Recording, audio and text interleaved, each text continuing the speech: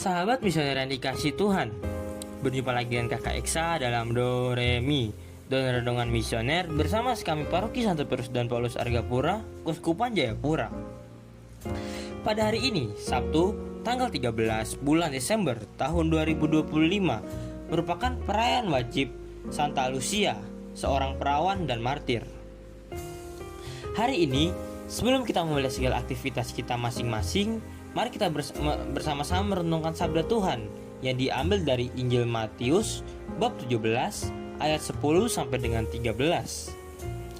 Mari sebelum kita membaca, mendengar dan merenungkan firman Tuhan pada hari ini, mari kita menandai diri kita dengan tanda kemenangan Kristus dan berdoa. Dalam nama Bapa dan Putra dan Roh Kudus. Amin. Allah Bapa dalam kerajaan surga, puji dan syukur kami naikkan kehadirat-Mu untuk hari baru yang boleh kami peroleh dan nikmati saat ini. Terima kasih ya Tuhan untuk penyertaan-Mu sepanjang istirahat malam kami. Terima kasih Tuhan untuk nafas kehidupan yang masih Tuhan berikan kepada kami. Terima kasih juga karena kami masih boleh bangun pagi ini dengan tubuh yang sehat dan keadaan yang baik, dan bersiap-siap untuk melakukan aktivitas kami hari ini. Ya Bapa, sekarang kami hendak duduk diam, mendengar dan meresapkan sabda-Mu. Curahkanlah Roh Kudus-Mu ke dalam hati kami, agar setiap sabda yang kami dengar mampu kami laksanakan dan kami lakukan dalam segala tugas dan putusan kami sepanjang hari ini. Terpujilah nama-Mu Bapa, Putra dan Roh Kudus, kini dan sepanjang segala masa. Amin. Tuhan beserta kita, sekarang dan selama-lamanya. Inilah Injil suci menurut Matius. Dimuliakanlah Tuhan. Ketika Yesus dan murid-muridnya turun dari gunung, para murid bertanya kepadanya, "Mengapa ahli-ahli Taurat berkata bahwa Elia harus datang dahulu?" Lalu Yesus menjawab, "Memang Elia akan datang dan memulihkan segala sesuatu. Dan aku berkata kepadamu, Elia sudah datang, tetapi orang tidak mengenal dia dan memperlakukannya menurut kehendak mereka. Demikian pula Anak Manusia akan menderita oleh mereka." Pada waktu itu, mengertilah murid-murid Yesus bahwa ia berbicara tentang Yohanes Pembaptis. Demikianlah sabda Tuhan, terpujilah Kristus. Sahabat misioner yang dikasihi Tuhan, Santa Lucia juga dikenal sebagai seorang perawan dan martir dari Sirakusa, Sisilia. Ia hidup pada abad ketiga, pada masa kekaisaran Romawi, ketika penganiayaan terhadap orang Kristen sangat keras, terutama di bawah Kaisar Diocletianus. Lucia lahir dari keluarga bangsawan yang berada secara ekonomi, tetapi ia dibesarkan dalam suasana iman Kristen yang kuat. Sang ayah telah meninggal ketika ia masih kecil. Ibunya, Eutychia, sangat mencintainya, namun ia masih memegang kepercayaan Romawi tradisional. Sejak kecil Lucia memiliki hati yang peka terhadap penderitaan orang miskin. Ia sering diam-diam membawa makanan kepada mereka. Menurut beberapa kisah hagiografi, ia menempatkan lampu kecil di kepalanya agar tangannya bebas untuk membawa lebih banyak makanan kepada orang yang membutuhkan. Di sini muncullah satu ikon terkenal, mahkota cahaya. Di usia remaja, Lucia membuat kaul untuk mempersembahkan hidupnya kepada Kristus dan tetap hidupnya sebagai perawan suci. Namun, ibunya ingin ia menikah dengan seorang pemuda Romawi yang kaya yang ternyata adalah penyembah berhala. Suatu hari, Lucia membawa ibunya berziarah ke makam Santa Agatha di Katanya.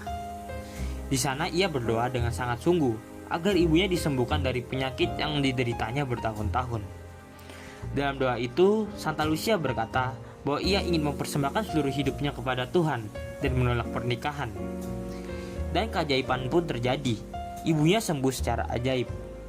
Eutychia akhirnya menyadari kebenaran iman sang putri dan mengizinkannya melanjutkan kaulnya. Akhirnya, Santa Lucia segera menjual sebagian besar harta warisan keluarganya dan membagi-bagikannya kepada orang miskin. Namun tindakannya ini ternyata menimbulkan masalah.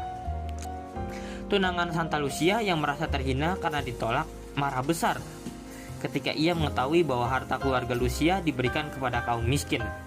Ia menuduh Lucia sebagai seorang Kristen, yang saat itu merupakan kejahatan negara. Lucia ditangkap dan dibawa ke pengadilan. Hakim memberi berbagai ancaman agar ia meninggalkan imannya.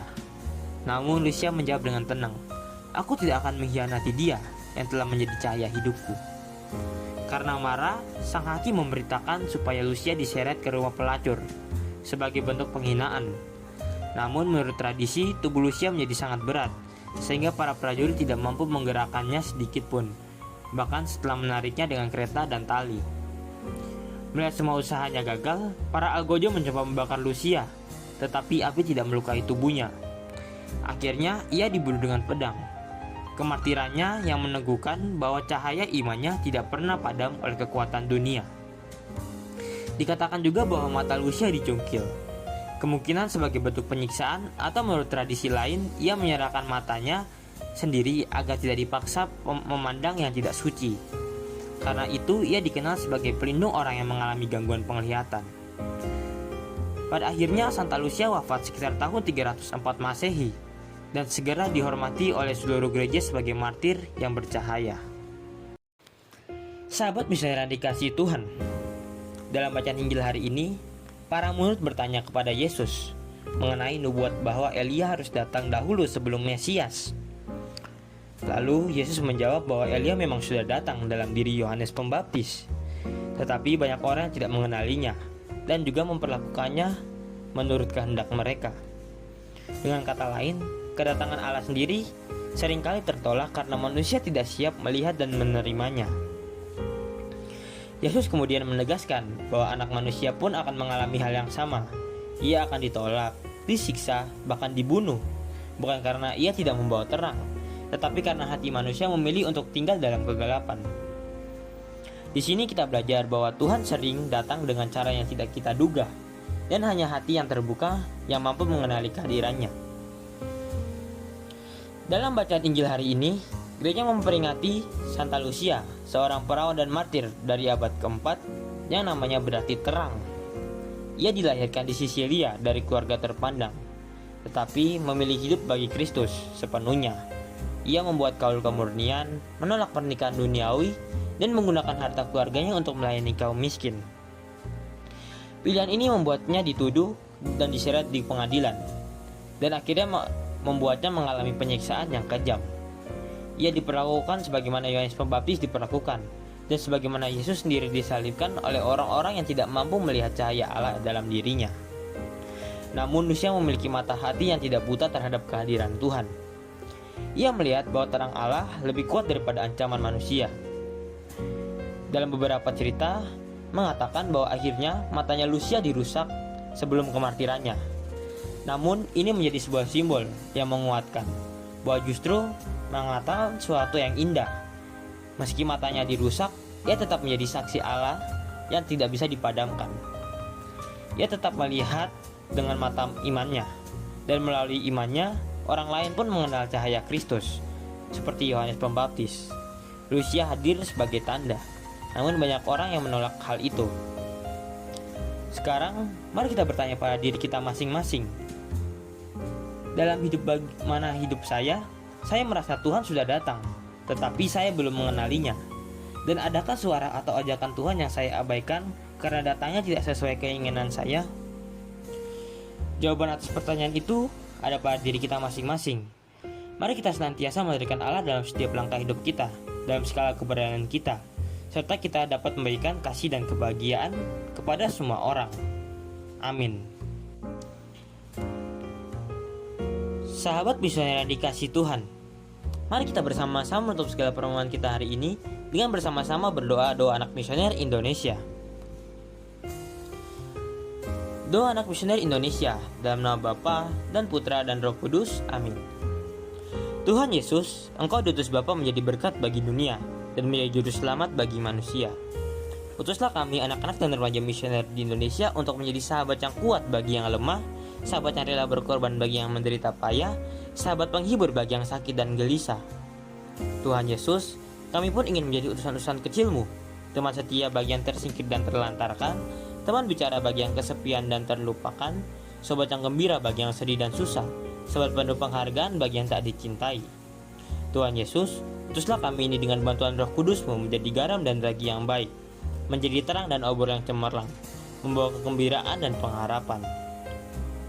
Tuhan Yesus, kuduskanlah badanku dan kuduskanlah jiwaku, kupersembahkan diriku padamu hari ini. Berkatilah semua anak dimanapun, berkatilah semua orang yang kami jumpai, siapapun mereka. Amin. Sahabat misioneri yang dikasih Tuhan, sampai di sini dulu Doremi pada pagi hari ini. Semoga kita mampu menjadi pelaku sabda Tuhan yang baik, dan semoga kita senantiasa dilindungi, dibimbing dan berkati oleh Allah Bapa yang Maha Kuasa, dalam nama Bapa dan Putra dan Roh Kudus. Amin. Selamat beraktivitas untuk pada hari ini. Sampai berjumpa kembali dalam Do Re Mi selanjutnya. Tuhan Yesus memberkati kita.